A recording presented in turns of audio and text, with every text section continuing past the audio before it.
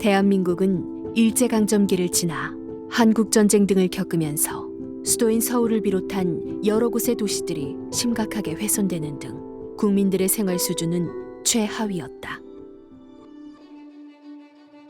그러나 현재 대한민국은 아픔을 딛고 여러 문제를 극복했으며 풍부한 역사와 문화를 자랑하는 온 국민이 편리하게 살 수 있는 발전을 이룩해왔다.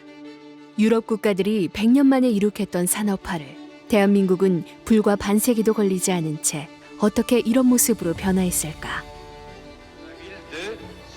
제24회 올림픽 개최 도시로 서울이 선정된 것은 대한민국 역사의 흐름을 바꿔놓은 큰 사건이었다.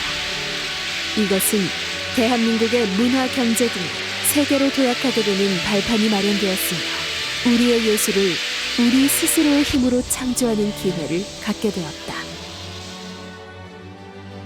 그리고 그 숨은 주역엔 우리 것이 가장 세계적이라고 내세우며 민족의 얼굴을 그려낸 이만희 화백이 있었다.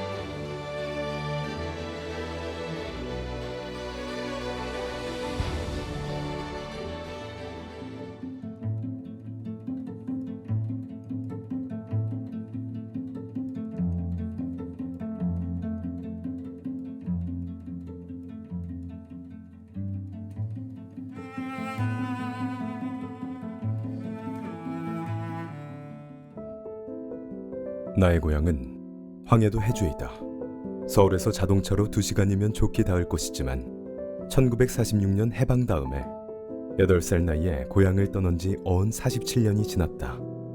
6.25 사변의 와중에서 어떻게 그들이 생명을 부지하고 사랑했으며 용케들 살았다면 지금쯤 어디에서 무엇이 되어 있을 터인고 돌아갈 수 없는 옛날이기에 간혹 꿈속에서나마 그곳을 다녀온 때는 코끝이 맵고 눈이 시려워진다. 이만희 선생님의 작품의 주제는 크게 한 3가지로 나눠져요. 하나는 이제 가족에 대한 그리움입니다. 우리나라 6.25 이후에 벌어지는 그 역사적인 이야기들을 그리는 것이 2번째 테마가 되고, 3번째는 우리의 그 전통적인 설화, 신화 같은 것을 이제 어떻게 형상화시키는가. 근데 이게 전부 다 이 그리움이란 단어로 통합니다. 1946년 어머니를 따라 형제들과 함께 월남을 하게 된 그는 서울 효재초등학교 2학년 때부터 본격적으로 미술에 발을 딛게 된다. 부산 비난처에서 서양 화가 박상옥을 만나 그의 영향을 받아서인지 한국전쟁을 거치며 생활에 지치고 고단한 사람들의 풍경을 대상으로 우리의 삶을 그리게 된다. 이는 우리의 혼란스러웠던 사회의 단면과 쓰라린 아픔을 보여준다. 전쟁 이후에 그 폐허가 된 현실이기 때문에 그것에 대해서 굉장히 그 절망하면서 그 허무함을 많이 느꼈습니다. 그래서 그것을 화면에 표현한 것이죠. 이제 그것이 이제 좀 실존주의풍이라고 이제 말씀을 드릴 수가 있겠는데, 그래서 우울한 그런 청계천 변해 같은 모습들도 이제 그리고 어둡고 검은 그림들을 이제 그리셨어요.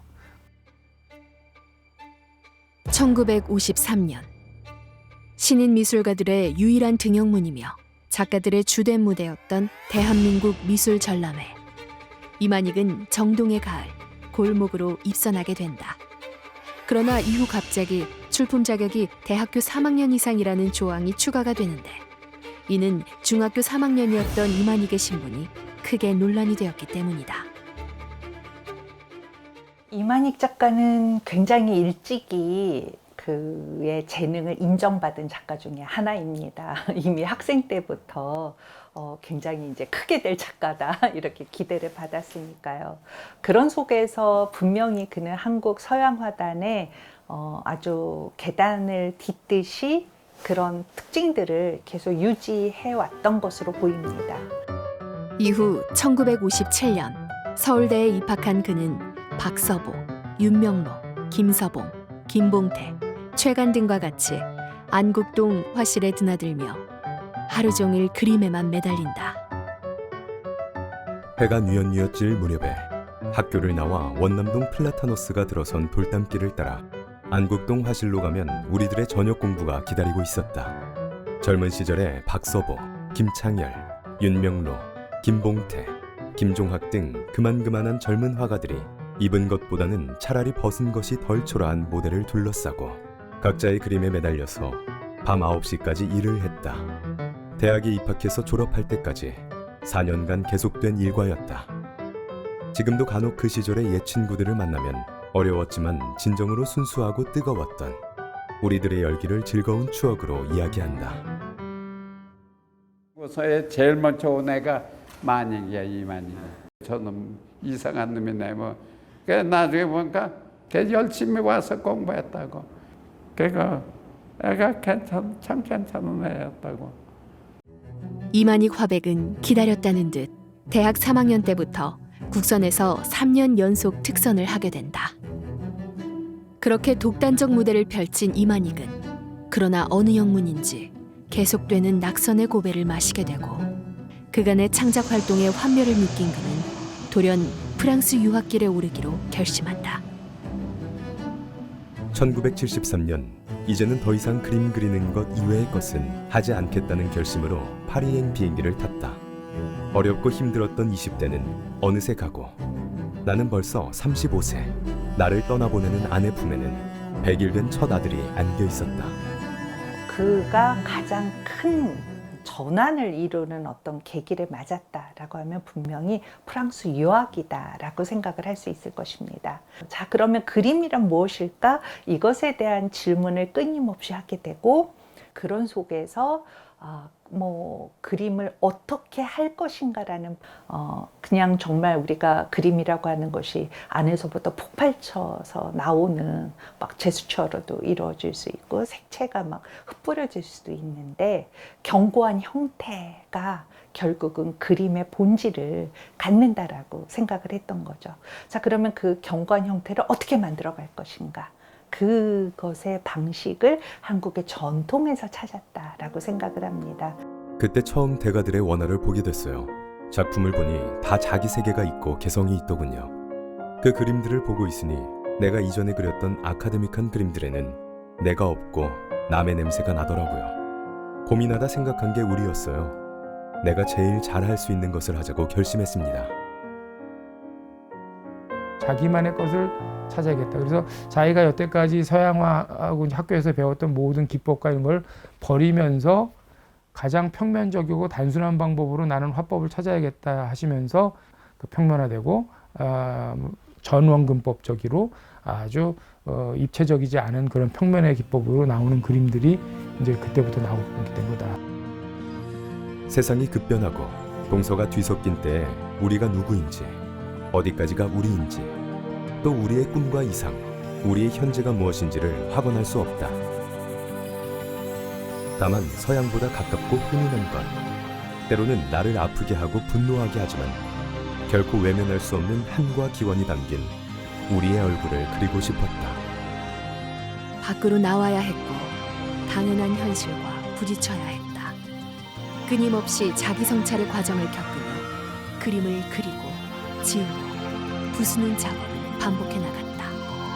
한국적인 것, 그러나 상투성을 극복하고 보편적으로 보일 수 있도록 하는 것. 무엇보다 남의 냄새가 나지 않게 하겠다는 약속을 하며 마침내 미술에서 추방되었던 문학성을 부활시키며 평면적이고 서술적인 구성, 원근법은 사라지고 선과 색이 강조됐다. 이것은 우리 민족이 가진 삶과 정안을 담은 아름다운 우리 것이었다. 이게 선이 이렇게 그어지는데 윤곽선 같이 까만 선이 있는데 그 옆에 또 약간 핑크색으로 또 선이 또 가해지거든요. 그것은 단순히 평면적인 그림이 아니고 또 하나의 차원을 만들어줍니다. 그래서 입체적인 것을 추구하지 않은데도 새로운 차원의 그림으로 이제 승화되는 거거든요. 서양 미술이 이제 탈원근법, 포스트 원근법이라고 한다면 이만희 선생님은 전원근법이에요. 전원근법. 앞전자를 써서 프리원근법이라고 이렇게 할 수가 있겠어요. 그래서 원근법 이전의 상황으로 돌아간다 이렇게 이제 생각을 하셨거든요. 그래서 자기는 끝까지 이 구상 미술을 고집하고 그래서 그 속에 이야기를 꼭 담는 그런 미술을 하겠다고 이제 말씀을 하셨습니다. 그의 그림은 특히 모든 인물들의 형상들이 똑같은데 여성과 남성의 구별이 없고 차별이 없듯 인물들을 상징화시키고 부호화시켰다는 것을 알 수 있다. 마치 선사시대의 무슨 동굴 벽화에 나와 있는 이미지처럼 그것이 하나의 텍스트가 되기도 하고 이미지도 되기도 하는 그런 것을 우리가 느낄 수가 있어요. 그래서 그림을 보면은 우리가 읽을 수 있는 거죠. 항상 문학적이고 연극적인 그런 상상력이 이만희 선생님의 작품들에는 들어있다. 설화의 세계와 구수한 이야기를 화폭에 담음으로써 가장 한국적인 모습을 살려 세계적인 작품으로 발전시켜 나아갔다. 또 하나, 이만익은 시를 사랑하고 글을 잘 쓰는 것으로 유명했는데 그가 외운 시만 100여 편이 넘는다고 하니 문학에 대한 열정도 대단했다는 것을 알 수 있다. 이 시사랑 모임이라는 건 1992년 전호에서 모인 이른바 시를 좋아하고 그리고 시를 암송하기를 즐기는 사람들이 모인 거예요. 이만희 화백이 비록 화가지만은 문학적인 소양이 굉장히 깊었다라는 것이죠. 문학적인 소양이 깊었다. 시사랑 모임에서 시를 좋아하는 화가로서 그것도 화가로서도 유일해요. 굉장히 반듯하고 그리고 이성적인 그 글들을 통해서 그가 사유한 대로 작품을 이렇게 만들어 나가는 작가였구나. 그것이 그의 삶의 태도하고 작품에 일치하는 지점이구나 라고 하는 것을 알 수 있습니다. 자신의 그림을 말하는 그림, 소리 없는 시로 천명하고 그 소신으로 그가 하고 싶은 이야기를 화폭에 담았다. 이후 이만익은 서명이 없어도 단번에 알아볼 수 있는 그림들로 수많은 개인전들과 각종 연극, 영화제 포스터 등에 참여하고 88올림픽의 미술감독을 역임하는 등의 활발한 활동을 이어나간다. 그러던 중 평소 가지고 있던 지병인 천식과 즐겨 피우던 담배로 인하여 입원과 퇴원을 반복. 이제는 머지않음을 주변에 알리게 된다. 한날은 병실로 달려갔죠. 아주 거친 그 호흡을 하시는 걸 보면서 이젠 이만희 선생님과의 그 이별을 해야 하는구나 착잡한 그런 기분이 들더라고요. 대여섯 시간을 병실을 오가면서 이만희 선생님이 잘 부르셨던 애창곡인 바위곡의 선창, 친구여 등을 불렀습니다. 그랬더니만 이만희 선생님이 희미하게나마 그 음에 대하여 반응을 보이시더라고요. 나중에는 이제 폐쇄성 폐질환이라고 이제 결론이 났는데요. 돌아가셨을 때는 거기서 이제 그러면서 이제 병이 좀 깊어지신 것 같았고.